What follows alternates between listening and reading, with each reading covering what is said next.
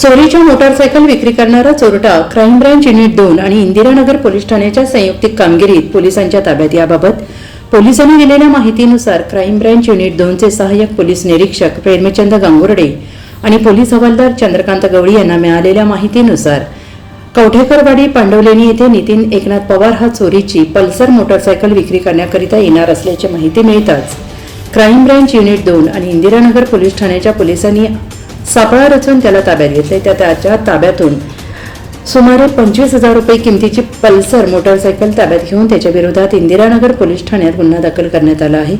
सदरची कामगिरी पोलीस आयुक्त संदीप कर्णिक, पोलीस उपायुक्त प्रशांत बच्छाव, सहाय्यक पोलीस आयुक्त संदीप मिटके यांच्या मार्गदर्शनाखाली इंदिरानगर वरिष्ठ पोलीस निरीक्षक तृप्ती सोनवणे, क्राईम ब्रांच युनिट 2 सहाय्यक पोलीस निरीक्षक हेमंत तोडकर, पोलीस उपनिरीक्षक यशवंत बेंडकुळी, प्रेमचंद गांगुर्डे, पोलीस हवालदार नंदकुमार नांदुर्डीकर, संजय सानप, चंद्रकांत गवळी, वानखेडे, प्रकाश महाजन, पोलीस अंमलदार प्रवीण वानखेडे, सुनील खैरनार, इंदिरानगर पोलीस ठाण्याचे पोलीस अंमलदार मंगेश आव्हाड, होमगार्ड सागर काळे आदींनी ही कामगिरी संयुक्तरित्या केली आहे.